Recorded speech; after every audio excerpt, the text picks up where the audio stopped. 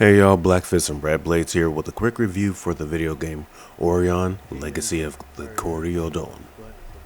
This old gem is an action RPG with several elements to it where you play as the character Enzo, who first starts off on his naming day becoming the king of Zama and is getting married to his wife Erin.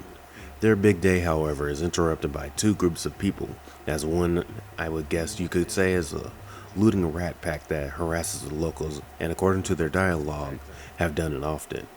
The other is a rebelling force led by Erin's brother Ngarba. This is where you get the combat's weird mix and tutorial showing that certain people are called Orionites. These are beings with powers linked to their lineage that allow them great feats of magic or elemental abilities to slay their enemy.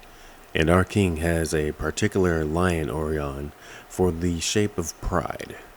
As far as combat goes, whenever you touch an enemy on the overworld map, you wind up going into a 2D arena that on occasion has platforms. In this battle, you are free to roam about and fight like a one-lane beat-em-up. In this area, you block, duck, dive, dodge, and duck while unleashing your own combos on your foes. But as free as you are able to roam in this battlefield, so is the enemy, and you're never not outnumbered, unless it's another boss. So far, I've faced about 4 or 5 bosses, each with their own Orionite legacy and some sort of animal theme. Sometimes there are sprite fights that remind me of something like Newgrounds and old animations, but they are far from boring as you see the anime influence worn on their sleeve. And so far for the story is a trial of Enzo and Irie going on an exiled journey to grow stronger and learn more of what it means to be royalty, as they face the corruption in the world and see the other kingdom in their dealings. The story sort of just opened up where I am at right now, and I soon learned that the largest continent had a sort of race war going on ages ago that broke apart most of the people and forced them to go to other continents. And those that tried to escape went to far off lands until the largest group of people also fractured. The people of Zama are tucked away in the far corner of the world, even to the point that the king, whose powers are all about legacy, doesn't even know that compared to other places, he isn't that relevant. Yet I believe, based on the way things are going, Enzo is going to be a great uniter and secretly has some blood connection to the main continent's royalty.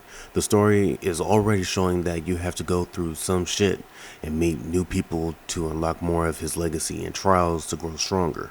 That being said, I am interested in continuing, but there is a level gap in a way. Despite being a game with a weird mix for a fighting system and a combat remnants to a fighting game, you need to grind. Some attacks coming from off screen can send you reeling on your ass and leave you vulnerable. You don't have to grind so much if you don't want, but the best way to survive these things is to make sure you can hit harder and faster before they put you down.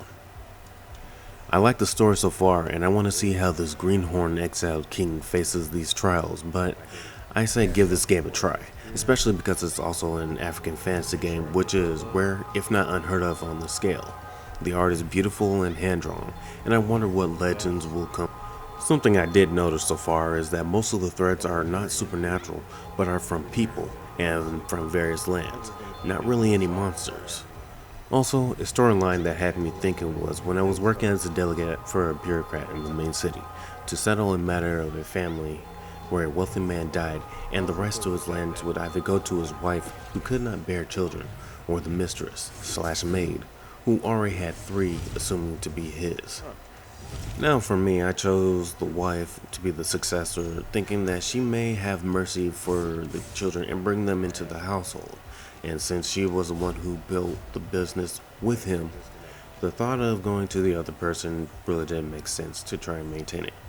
Through exhausted dialogue and speaking to others, it did not bear any fruit that the maid actually knew any more about business than she did in bringing it back. So yeah, if you're interested in a story plot line with an African setting and some choices that make you wonder, I'd say give Odan, Legacy of the Kori Odan a try. I especially want to promote it because of the fact that this is really rare. even though I had the game for about 10 years and forgot to get around to actually playing it. So, yeah. This is Black Fist and Red Blades signing out, saying have a good one, y'all.